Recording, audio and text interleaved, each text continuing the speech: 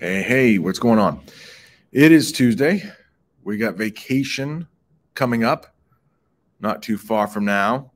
And I was looking at the calendar. So we have, after February vacation, we have 7 weeks.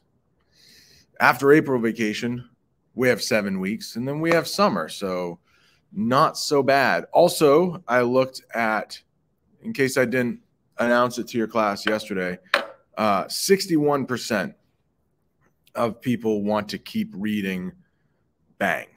Okay, when we finish this. So it's a pretty high number, well over 50%, but we'll see if that number changes. 30 people have voted so far. So that's less than half. We've got about 80 people on the team. All right. Let's continue reading. Hopefully we had that good discussion. Bomb was dropped, right? Yesterday it was like, whoa, Sawyer's mom and Jules' dad had an affair. Never turns out well, right? When you're married and you have an affair, it very rarely turns out well. Yeah, pool testing. I meant to mention that. Yeah, excuse. Oh, wow. I don't know how many pools there are, but we can expect to be interrupted at least, 5 more times? There's 6 teams on this in this school, so it's probably like 5 more times we'll get interrupted. Nice. All right, here we go. And sorry if you were in Mr. Bim's class and you heard that at some point. I heard that you can hear the ding ding, whatever. All right, let's go. Right in the highlighted part over here. That's where we ended. We ended with patented it. That's a hard word to say there. Patented it. Patented it. All right. You're not, I got to be careful when I say that word because a certain thing on my computer always pops up. I look at him and wonder. That's probably what put my grandfather into his big downward spiral. Betrayed by his son and his biggest rival. A new realization hits me. Maybe that's my dad's problem. It's the guilt. Not just losing the recipe, but driving his father to kill himself. Holy, obviously. She swears. Sawyer nods. It all sounds extremely dramatic, but that's because it was, according to my mom. Yes. Sawyer looks up at me. Remorseful. That's a good word. What's that mean? Remorseful. We could pause that there. Remorseful? Yeah. You feel bad about something. When you and I were in first grade, our stolen sauce line went to market, and it was a hit. Your father tried to sue us, but he didn't have the proof he needed to win. It was a verbal recipe handed down for generations, my mom said. He'd known it by heart, never wrote it down. Oh, my God, I say. That's when the hoarding started. All the recipes and cookbooks piled up in our own apartment, none of them holding a candle to the one that remained unwritten. So notice she doesn't say this out loud to Sawyer. She's just telling us. Sawyer doesn't say anything for a minute, and I stare at the ceiling, letting everything sink in. My grandfather was furious that your dad would dare to sue him. My father was hurt and angry over my mother messing around, and your parents, top of the next column, had plenty of reason to hate us as well. So when you and I ended up becoming friends, it practically started a war all over again. Wow. Is all I can say. I struggle to sit up, and Sawyer rises to help me. He lifts me gently, and his fingers linger on my shoulders before he sits back down. We hit our friendship really well for a while, at least.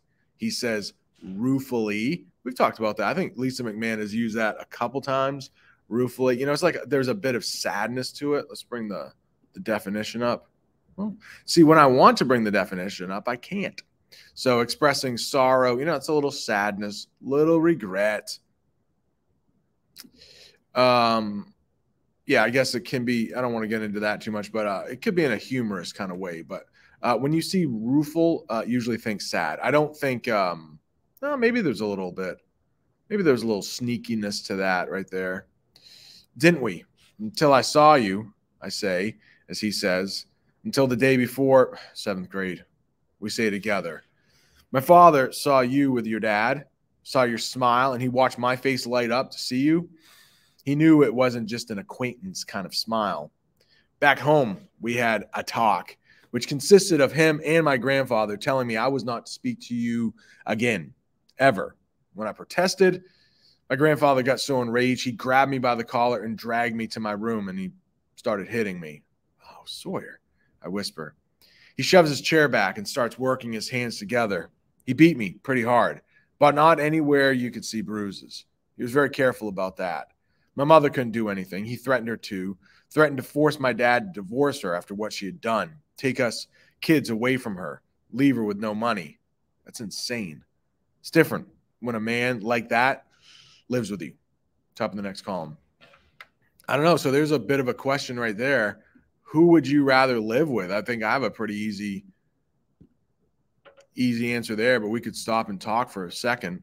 Who would you rather? I mean, you have to pick one. You have to pick the grandfather of Sawyer, who's like just like temper, just beating people, threatening the mom and stuff. That's pretty bad. Or do you live with Jules' dad? When we know him pretty well, right? Hoarder, I mean, embarrassment, but there's no hitting there. So I think I have my choice. We can talk about it if you want. I mean, is there a choice? That's not really a decision. I think you don't want to get beaten. I don't know. It may be a little bit of a decision, but I don't know. All right, next one up here, top of the next column. Holds so much power over you. There's no way you could understand. He taps his fingers on the chair arms, distraught. So I agreed to stop talking to you just to get him to lay off me.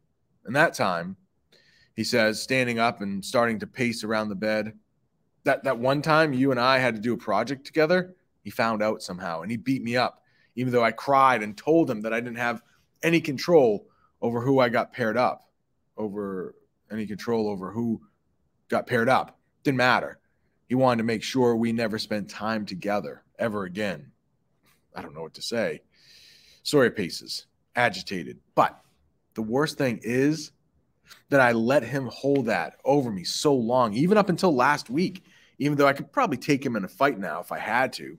He just kept that fear and control over me, like he has over my parents. I was just dead inside.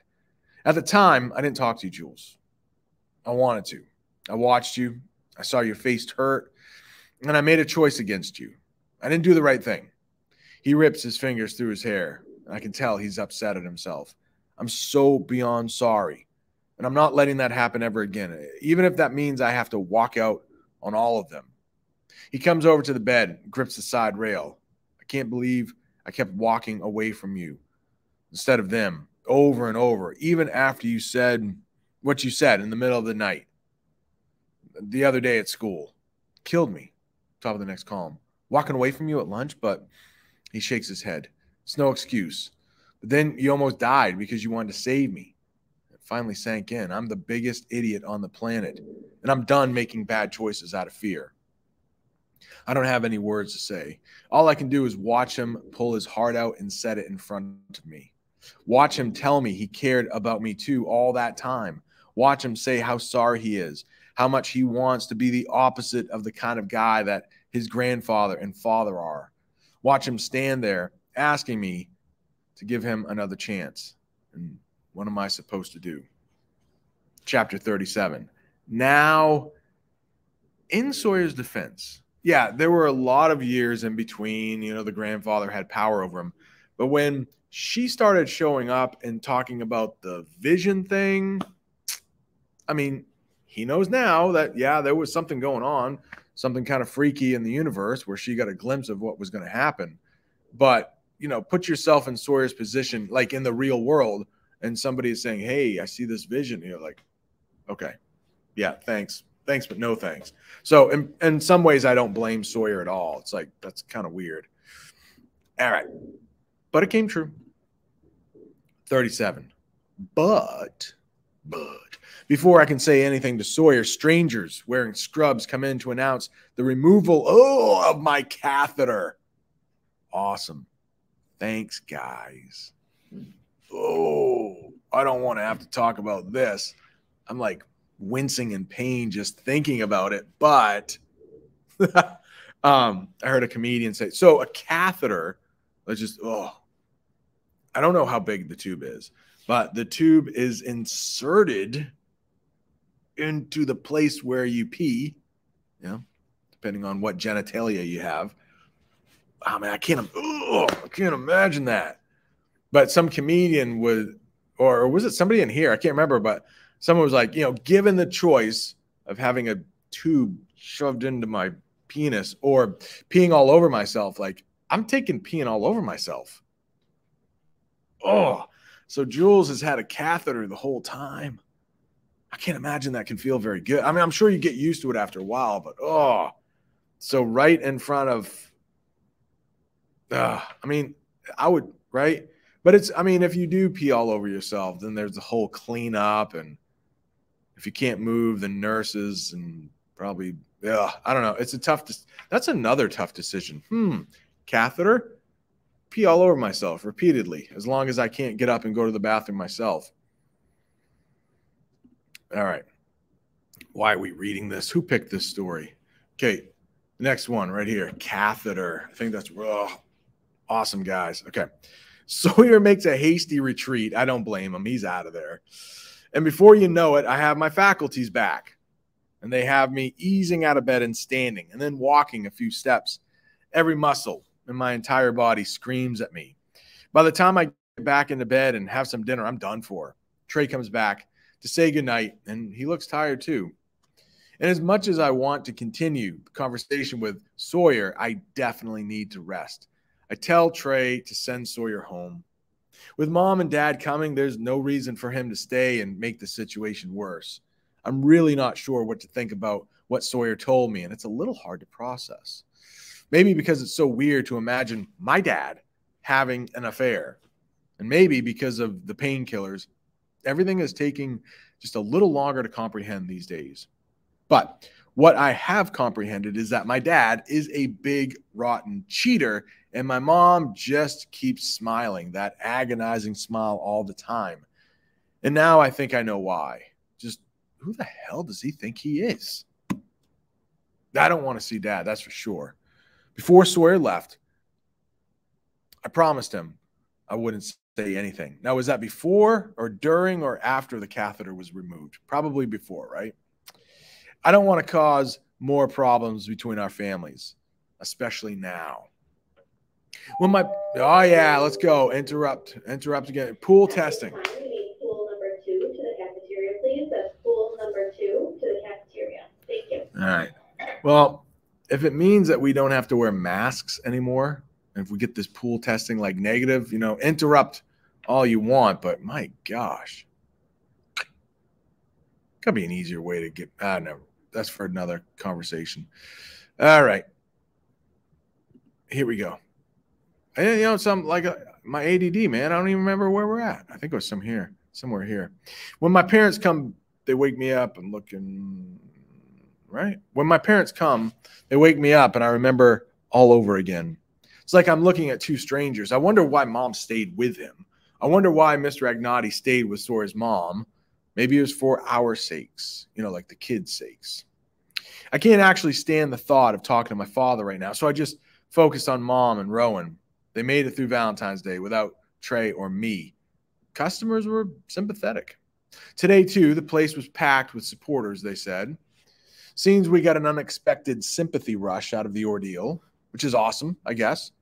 Dad hired Aunt Mary's deadbeat son, our cousin Nick, to help out for a while until Trey is feeling up to coming back. And then there's Rowan. Poor girl.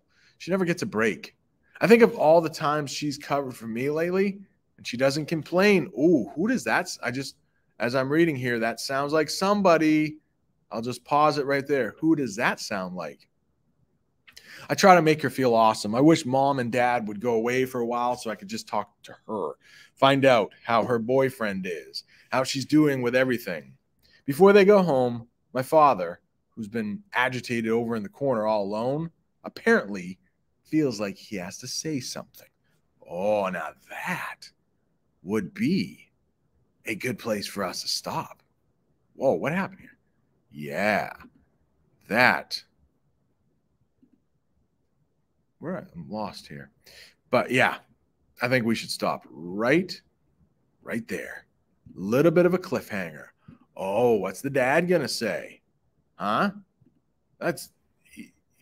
He must be a little bit of like an egotistical maniac, right? Like he probably thinks quite highly of himself. First, to cheat on the mom.